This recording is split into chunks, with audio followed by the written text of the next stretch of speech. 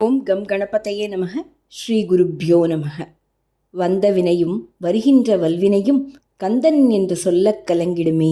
செந்தின் நகர் சேவகா என்று திருநீரணிந்தவர்க்கு மேவ வாராதே வினை. யாருடைய பெயரைச் சொன்னால் கர்மவினைகள் போகுமோ? வேலும் மயிலும் கண்மும் தோன்றுமோ? எந்தவித பயமும் மகளுமோ? அந்த சடாக்ஷரனை அடிபணிந்து யாமிருக்க பயமேன் என்பவனை துதித்து அவன் திருவடிகளை நினைந்து எதிலும் ஜெயமடைவோம். தக்ஷனின் யாகத்தில் உடலை தியாகம் செய்தாள் சதிதேவி. சிவன் சக்தியை பிரிந்தவராய் ஆழ்தவத்தில் இருந்தார். அந்த சமயம் அசுரர்களில் மிக வலிமை வாய்ந்தவனாக விளங்கிய சூரபத்மன் பிரம்மாவை நோக்கி கடும் தவம் புரிந்தான். தவத்தின் பயனாக பிரம்மதேவன் காட்சி தரவே சிவபெருமானின் பிள்ளையல்லாமல் தனக்கு மரணம் வரக்கூடாது என்று வரம் வேண்டினான். வரத்தின் பயனால் அசுரன் மூவுலகங்களையும் கைப்பற்றி தேவர்களை துன்புறுத்தினான். யாகங்கள் குன்றின, தர்மம் சிதைந்தது, முனிவர்கள் துன்புற்றனர். இதனால் துயருற்ற தேவர்கள் இந்திரன், பிரம்மா மற்றும் விஷ்ணு அனைவரும் ஹிமவானின் மகளாக பிறந்த பார்வதி தேவிக்கும் சிவபெருமானுக்கும் மணமுடிக்க எண்ணினர்.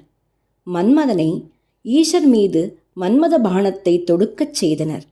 தவம் கலைந்த ஈசர் மன்மதனை நெற்றிக்கண்ணால் எரித்து பஸ்பமாக்கினார். பின்னர் இந்திராதி தேவர்கள் முறையிட சூழ்நிலையை புரிந்து கொண்ட ஈசர் பார்வதியை மணம் புரிந்தார். யோக நிஷ்டையில் அமர்ந்தார். நெற்றிக்கண்ணிலிருந்து 6 தீப்பொறிகள் வெளிப்பட்டன. அவை சாதாரண நெருப்பல்ல, சிவனின் ஞான சக்தியை தாங்கிய பேரொளி.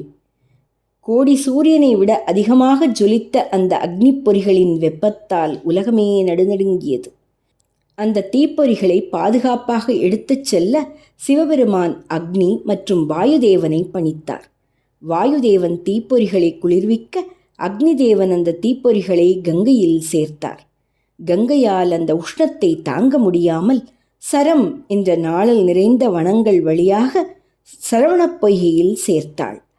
அந்த 6 தீப்பொறிகளும் சரவணப் பொய்கையை தொட்டவுடன் ஒவ்வொன்றும் ஒளி வீசும் 6 குழந்தைகளாக மாறின. தேவர்கள் மலர் மாறி பொழிந்தனர். வானில் தெய்வீக இசை முழங்கியது. முனிவர்கள் ஆனந்தமடைந்தனர். தாமரையின் மீதமர்ந்த குழந்தைகள் சூரியனைப் போல பிரகாசித்தன.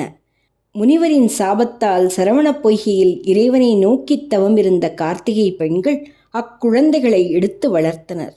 அக்னி பகவான் கங்கையில் தீப்பொறிகளை சேர்த்ததால் காங்கேயன், சரங்கள் நிறைந்த வனத்தை கடந்ததால் சரவணபவன், கார்த்திகை பெண்களிடம் வளர்ந்ததால் கார்த்திகேயன் என்ற நாமம் கொண்டான். பின்னர் பார்வதி தேவி சரவணப் பொய்கைக்கு வந்து 6 குழந்தைகளையும் அன்போடு அணைத்தாள். 6 குழந்தைகளும் ஒன்றாய் இணைந்து ஒரு குழந்தையானது. 6 முகங்களும் 12 கண்ணும் 12 தோளும் கொண்ட 6 முகம் அவதரித்தார். அந்த விசாகன் அவதரித்த தினமே வைகாசி மாத விசாக நட்சத்திரமும் பௌர்ணமியும் நிறைந்த நன்னாள்.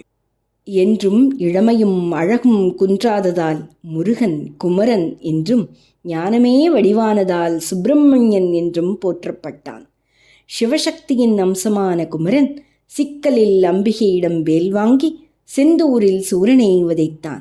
ஆறுமுகன் சூரனை மட்டுமல்ல, நம் உள்ளத்தில் உள்ள காமம், கோபம், பேராசை, பாசம், அகந்தை, பொறாமை ஆகிய குணங்களையும் அழித்து ஞானத்தை அழிக்க வல்லவன்.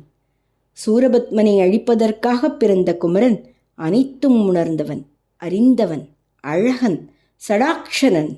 வள்ளியை கந்தர்வ மணம் புரிந்தவன், குன்றுதோறும் குடிகொண்டவன்.